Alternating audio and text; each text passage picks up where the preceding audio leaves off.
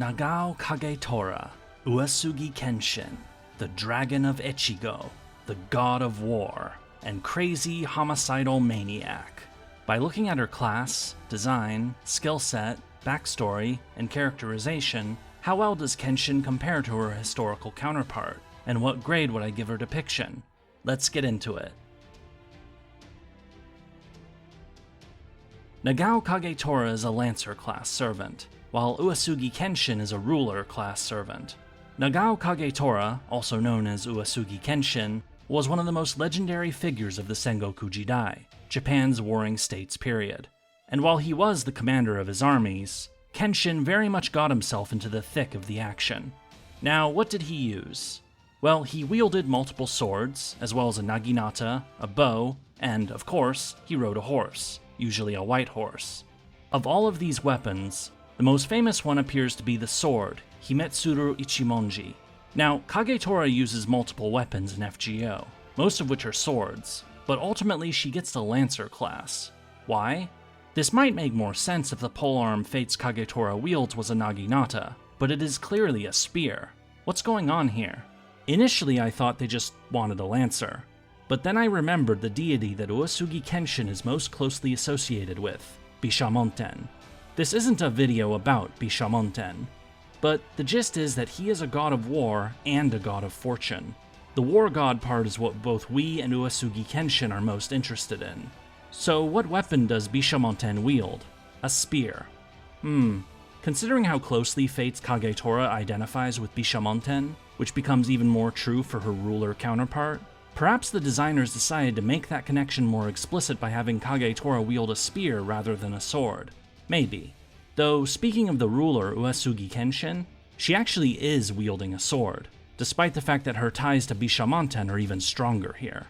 Specifically, she is wielding a sword said to have been given to her by Takeda Shingen, as thanks for her help during the Salt embargo. That's not the same sword I mentioned earlier, by the way, the one called Himetsuru Ichimonji. I can't even tell for sure whether or not the Salt sword actually existed, or is just part of a legend written during the Edo period.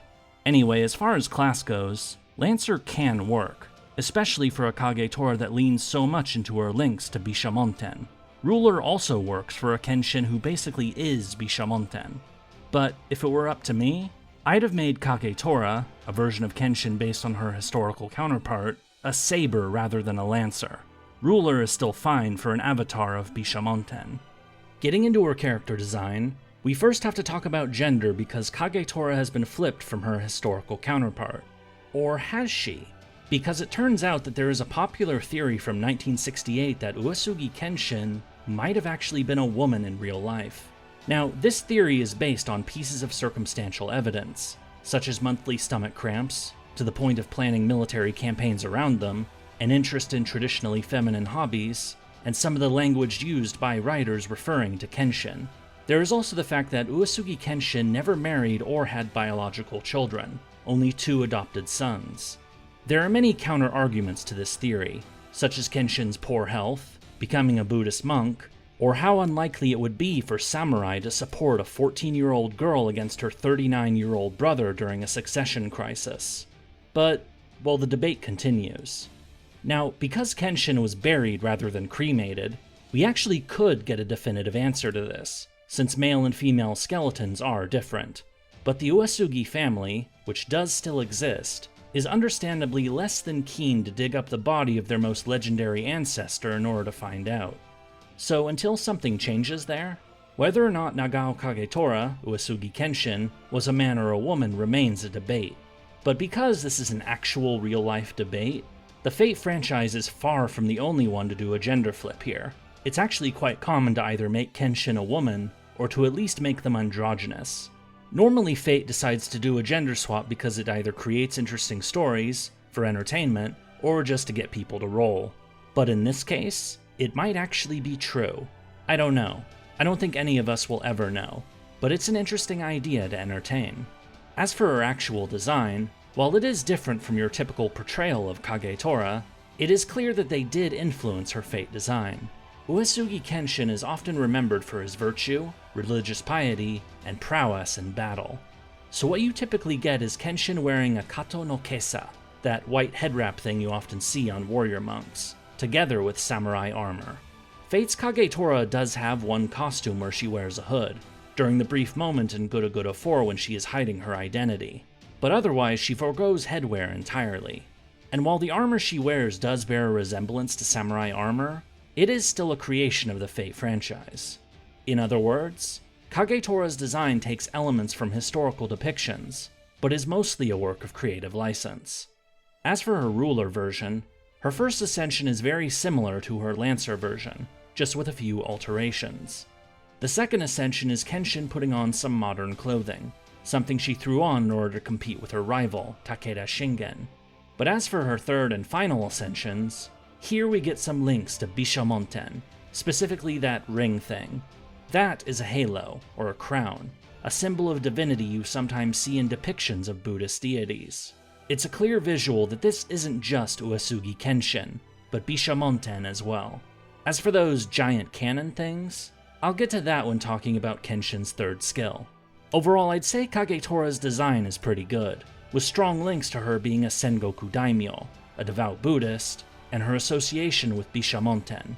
It may be a work of creative license, but it gives you a good idea as to what Kagetora is all about. Moving into her skill set, we are going to start with the Lancer, Nagao Kagetora. Kagetora's first skill is Fate Decreed by Heavens, which itself is the first part of a quote by Kagetora, with the second and third parts of the quote being the second and third skills. So this first part, Fate Decreed by Heavens, refers to trusting that the gods will be on your side. I've already mentioned Kenshin being well known for his piety, so something like this really shouldn't be a surprise. Kagetora's second skill is Armor Strengthened by Heart, the second part of the quote. The meaning here is that you should ensure that you are well equipped, with both skill and weapons, to give you the best chances in battle. But her profile says much more about this skill, bringing up a legend that supposedly took place during one of Kenshin's battles against the Hojo clan. Apparently in the midst of a battle, Kenshin was repeatedly shot at with both arrows and bullets by enemy troops, and yet none of them hit. This is a legend that was written during the Edo period, so it might not be a true story. It is, nevertheless, part of the legend, and Fate makes full use of it both with this skill, but also during the story of Gura 4. Kagetora's third skill is Glory Gained on Foot, the third and final part of Kenshin's quote. This part refers to taking decisive action, that it is best to strike quickly when an opportunity presents itself. So, to complete the quote, the idea is that you should trust the gods, make sure you are prepared, and to strike when you have the chance, rather than overthinking every detail. Swapping over to Uesugi Kenshin's skill set, her first skill is Fortune, Armor, Victory, which takes all three of those Kagetora skills I just talked about, that quote that they decided to split in three, this puts it all back together. So everything I just said about Kagetora's three skills, that's what this is. Kenshin's second skill is White Flame, referring to the flames often seen in depictions of Bishamonten. I brought up that ring thing when talking about Kenshin's third ascension, but you can also see a flame there as well. These flames can either be the usual color, or they can be ivory or white flames. Either way, this is a clear link to Bishamonten, and so makes sense for a version of Kenshin that taps into the divine even more than her Lancer version. Lastly, Kenshin's third skill is Biten's Pagoda, the other notable tool wielded by Bishamonten. I mentioned the lance already, but not the pagoda, a source of divine power. Of course, rather than just being something you hold in your hand, Kenshin's third ascension turns this into two gigantic cannon things.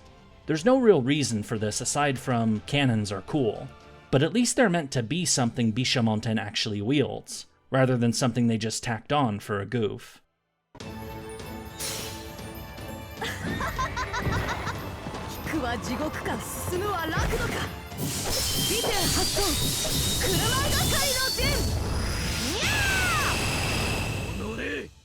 Nagao Kagetora's noble Phantasm is Bishamonten's 8-aspect rotating formation, whereupon she leaps onto her horse, then launches 8 different attacks upon her enemy.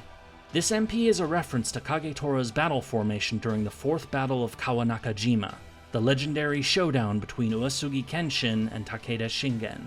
Since I'm going to have plenty of other things to talk about in the backstory section, I'll go ahead and do a brief summary of the battle here. Takeda Shingen hoped to lure Kenshin into a trap, draw him into a field battle, then to have a separate army, the Woodpecker Force, attack Kenshin from behind.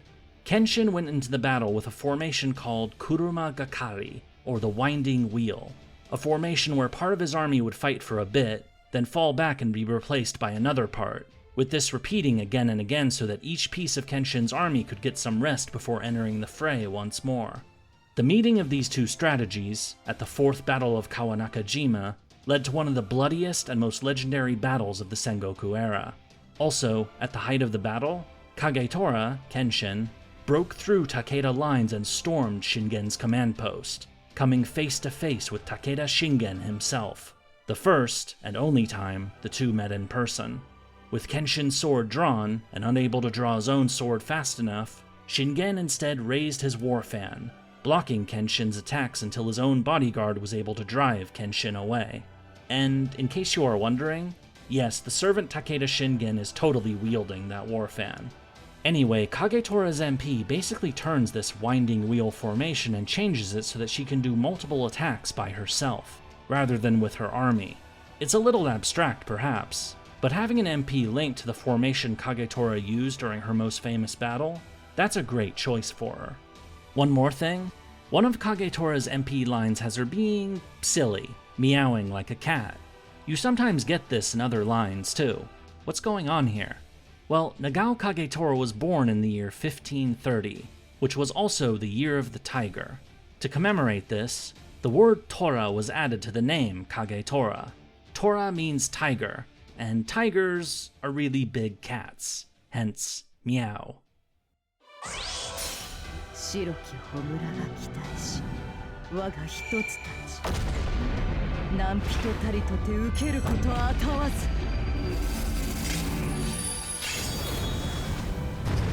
美点発想、知らぬい。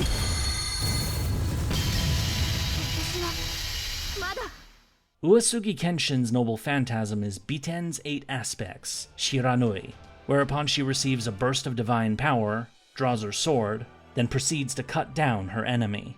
This MP is a combination of several elements that give us the ruler version of Uesugi Kenshin. The divine power, the sword being wreathed in white flames. That's all Bishamon stuff I've already talked about. Kenshin is wielding the power of a god to strike down her foes. As for the sword, this is the salt sword I referenced earlier, a legend where, when Takeda Shingen was under a salt embargo by the Hojo clan, Kenshin stepped in to fill the void. This story is told during the events of Gura 8, and it is said that Takeda Shingen sent his thanks to Kenshin in the form of this sword. The sword itself isn't divine or anything, it just happens to be the sword that Kenshin chose to wield. Now again, the Salt Embargo story might only be that, a story that has become part of the legends, as too is the idea that Kenshin was the avatar of Bishamon, which forms the core of ruler Kenshin's identity. This MP is, in effect, a merging of two different legends, both connected to Kenshin, but which are otherwise unrelated. Also, the name Shiranui is something that the servant Kenshin chose as a new name for the sword. It means something like ghostly fire, something like that. I think it works, since there is fire and also the supernatural. Kagetora's craft essence is Tohachi Bishamonten, depicting Bishamonten, but with 4 heads while riding a lion. Bishamonten is also known as one of the 4 heavenly kings, 4 deities who protect the world from evil, the namesake of Minamoto no Raiko's 4 heavenly kings. This form of Bishamonten, this one with 4 heads riding a lion, it is less common, but is still another way to portray him.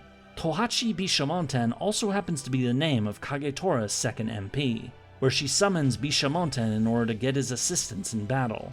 You see her use this MP during the story of Gura 4, but otherwise it's left out of Kagetora's FGO depiction.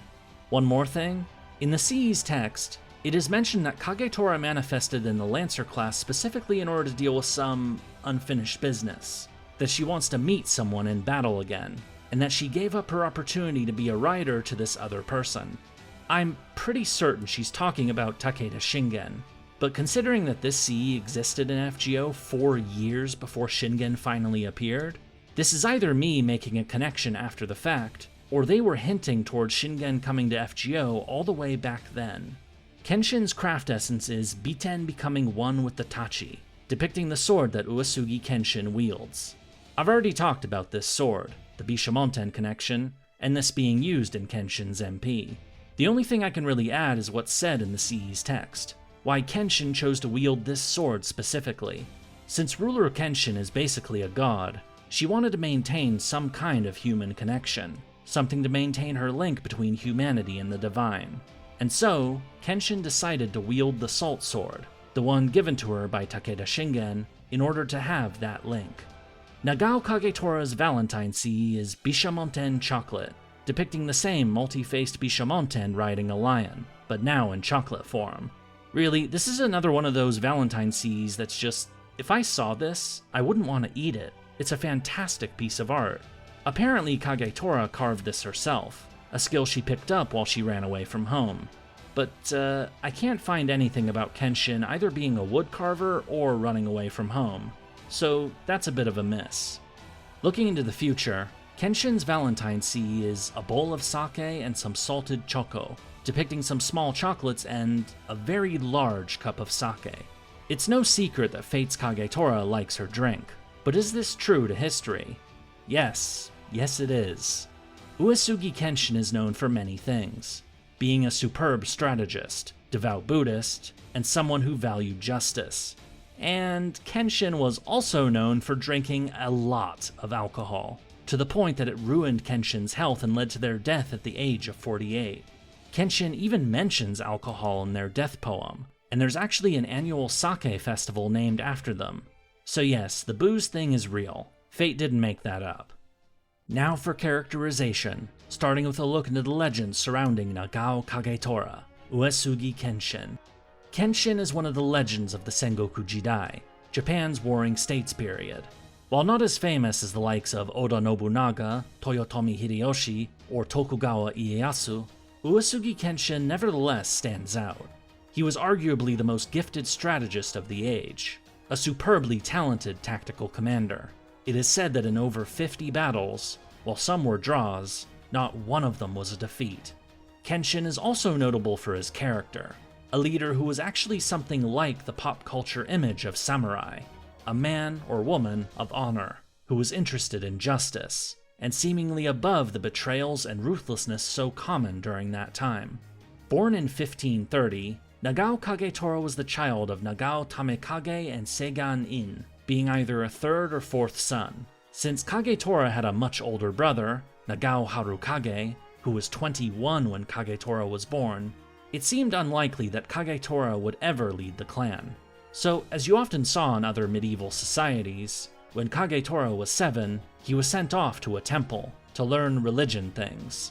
It is sometimes believed that Kagetora and his father, Nagao Tamekage, did not have a good relationship, but it is hard to find evidence of this, and Tamekage would die when Kagetora was very young, as early as 1537 and as late as 1543, when Kagetora was 7 and 13 respectively. But when Kagetora was 14, he was called away from the temple, asked to help the Nagao clan against rebels, and also to act as a potential replacement for his older but sickly brother, Nagao Harukage. It did not take long before Nagao Kagetora proved himself to be a very capable leader. Nor did it take long for the retainers of the Nagao clan to push to make Kagetora the leader in 1549, when Kagetora was 19.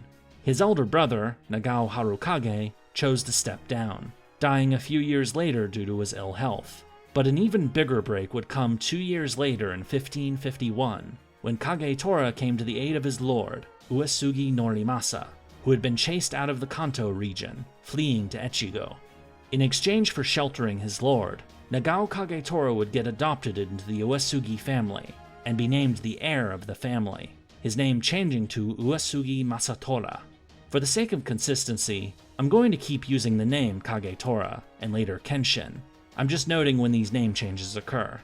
Kagetora would at first try to deal with both the Hojo clan and rebels within Echigo itself, but in 1553, a new threat emerged. 2 lords from Shinano province had come to Echigo to ask for Kagetora's help against a power that was on the verge of conquering the entire province, the Tiger of Kai, Takeda Harunobu. better known as Takeda Shingen. Kagetora decided to help, to make a stand in northern Shinano to keep Shingen from being able to advance into Echigo itself, at a place called Kawanakajima. And so began perhaps the most famous rivalry in Japanese history. Kagetora, Kenshin, and Harunobu, Shingen, would face off no less than 5 times on the Kawanakajima plain, in 1553, 1555, 1557, 1561, and 1564. Most of these were minor skirmishes, but the 4th battle, the one in 1561, was one of the bloodiest battles of the age, and the one I described earlier when talking about Kagetora's MP. After the 5 battles over Kawanakajima, the 2 rivals decided to call it off. Shingen wasn't going to beat Kagetora, and Kagetora couldn't invade Shinano without risking Echigo getting invaded by the Hojo. In 1561, the same year as the 4th battle of Kawanakajima, Kagetora, Uesugi Masatora, formally became the head of the Uesugi family and received the title of Kanto Kanrei, the shogun's deputy. And while the shogunate was effectively powerless, the title still had prestige. We also got our second name change. Uesugi Masatora became Uesugi Terutora. At some point later, after formally becoming a Buddhist monk, we would get our final name change. Uesugi Terutora became Uesugi Kenshin, the most famous of the 4 names. Anyway, the 1560s would also see further conflict between the Uesugi and the Hojo. Indeed, Kenshin very nearly wiped out the Hojo in the first siege of Odawara, only being forced to pull back upon hearing that Takeda Shingen was advancing in Shinano, forcing Kenshin to head back north, leading to the famed 4th battle of Kawanakajima. The Uesugi would continue to fight both the Takeda and the Hojo throughout the 1560s, until Takeda Shingen decided to do a little backstabbing. You see, you might be wondering why the Takeda and Hojo keep going after the Uesugi, but not after each other. Well, there was actually an alliance between the Takeda, the Hojo, and the Imagawa clan, called the Triple Alliance, not to be confused with the Triple Alliance of the Aztec Empire, or the Triple Alliance of Germany, Austria-Hungary, and Italy prior to World War I. Basically, these 3 clans agreed to not attack each other, and instead let them expand against their other enemies. The Takeda marched north, leading to all those battles at Kawanakajima. The Hojo marched east to dominate the Kanto plain, and the Imagawa marched west, aiming for Kyoto. But in 1560, Imagawa Yoshimoto kinda ended up getting himself killed by some fool from Owari. Over the course of the 1560s, the Imagawa gradually lost power and territory until, in 1568, Takeda Shingen decided that if the Imagawa were going to die, he might as well get some of their land, leading to the collapse of the Triple Alliance. It was this break that led to the Hojo enacting the famous salt embargo, only for Kenshin to send merchants with salt to the Takeda. But even with the end of the Triple Alliance, the Uesugi, Takeda, and Hojo remained locked in stalemate. None could risk attacking another clan without the risk of the 3rd clan seizing the opportunity to attack. Ultimately, this stalemate would be broken by that aforementioned fool who had defeated Imagawa Yoshimoto. Though initially on good terms, Uesugi Kenshin's relationship with Oda Nobunaga soured after Nobu deposed the shogun, effectively ending the Ashikaga shogunate once and for all. Takeda Shingen would go to war with the Oda and Tokugawa in 1573, winning a major victory at Mikatagahara, only to die not long after. It is said that Uesugi Kenshin mourned the death of his old rival. Enemies though they were, they had come to respect each other. Now under the command of Shingen's son, Katsuyori, the Takeda were then crushed at the Battle of Nagashino in 1575. With their backs to the wall against the combined Oda-Tokugawa armies, Takeda Katsuyori then reached out to his father's old rival, to make an alliance with Uesugi Kenshin. In 1577, the Uesugi armies advanced in the north, into Noto and Kaga provinces, then meeting Nobunaga's army at the Battle of Tedorigawa. Nobunaga wasn't actually leading this army. It was being led by Shibata Katsuie and Maeda Toshie. We never actually got a proper showdown between Oda Nobunaga and Uesugi Kenshin. Even so, both of these Oda generals were experienced and skilled, among the best Nobunaga had. And yet, at the Battle of Tedorigawa, Uesugi Kenshin won a major victory, tricking the Oda into thinking a weak force lay before them, then opening the river's floodgates as the full might of the Uesugi army was unleashed. Kenshin captured both Noto and Kaga provinces, then began to prepare his next moves. Rather than continuing the advance against the Oda, it is believed that Kenshin actually planned to go back east to fight the Hojo. For his part, Nobunaga had been shaken by the defeat at Todorigawa, fearing an Uesugi invasion towards Kyoto. But whatever might have been Kenshin's next plan, it was not to be. In early 1578, Uesugi Kenshin fell seriously ill, his life of war and heavy drinking seeming to have finally caught up to him. After writing his death poem, Uesugi Kenshin died on the 19th of April, 1578, at the age of 48. And yes, Kenshin really did die in the privy, as Fates Nobu likes to bring up. Kenshin's death would prove to be a disaster for the Uesugi family, and an unexpected boon for Oda Nobunaga. Kenshin had adopted 2 sons, and they soon found themselves at each other's throats, leading to a succession war and rebellions that would take nearly a decade to resolve. By its end, the Uesugi remained powerful, but would never again be as strong as they had been under Uesugi Kenshin. For Oda Nobunaga, Kenshin's death ended the last real threat to his plans to unite Japan, at least from the outside. Despite his sudden death, right before he might have changed the fate of Japan, Uesugi Kenshin, Nagao Kagetora, nevertheless had an impressive life, starting as an extra son to a minor family, and ending it as one of the most legendary daimyo of the Sengoku Jidai, one of its best generals, and without engaging in the kind of butchery or dishonor that so many others did during that time.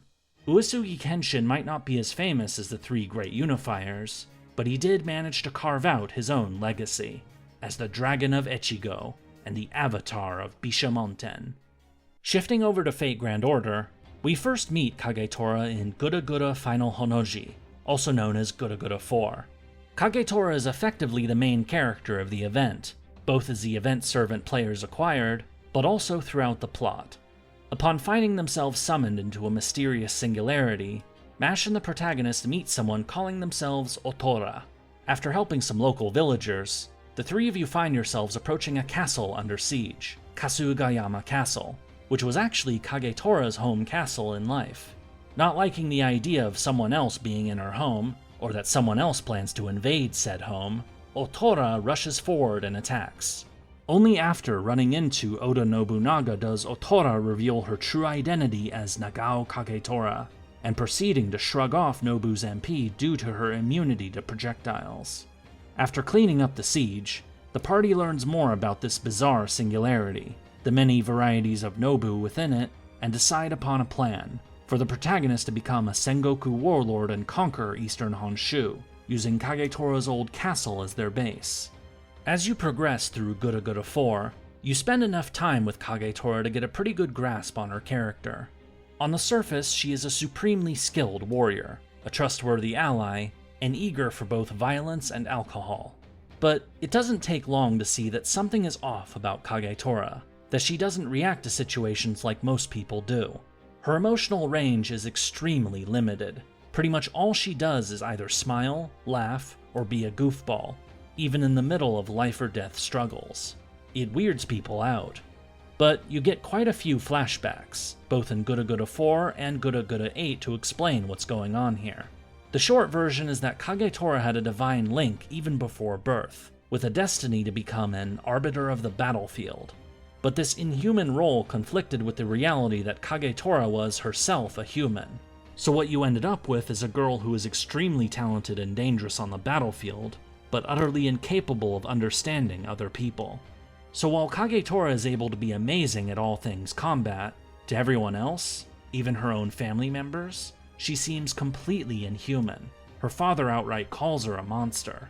This is actually used to explain Kagetora's supposedly difficult relationship with her father, that he sent her away because she freaked him out. Since we get a scene where the infant Kagetora is laughing rather than crying, her father being disturbed does make sense. Ultimately, Kagetora tried to compensate for this by becoming a devout Buddhist, to try to understand humans on an intellectual level at least. She also tried to mimic human behaviors, such as developing a taste for alcohol, and by throwing herself into battle, because at least in combat, people might ignore her various quirks in favor of having such a powerful ally. In case you haven't noticed by now, Fate clearly decided to take Kagetora in a very different direction than what you might expect. They keep elements from the historical figure, but lean hard into all this Bishamonten stuff, to make Kagetora an actual avatar of a god, rather than just a very devout follower. There are many details in her character that are undoubtedly good. Her skill as a warrior, her taste for alcohol, the rivalry with Takeda Shingen that we see in Gura Gura 8, and so on. I think the reason why they chose to give Kagetora such strong links to the divine is to try to find explanations for other parts of Kenshin's life. Her apparently difficult relationship with her father, the devoutness of her faith, and why Kagetora behaved so differently from your typical daimyo. Fate's answer to these questions is that Kagetora was basically a god born into a human's body, only to then have to deal with that discrepancy and all the problems that arose because of it. And now for the verdict. What grade would I give Nagao Kagetora's depiction in Fate Grand Order? Well, if I had to sum it up, it's that the Fate devs decided to give us a different interpretation of a character they clearly knew quite a lot about. This really shouldn't be a surprise, that Japanese developers know more about Japanese history than they do about anyone else's, certainly more than they know about Rome.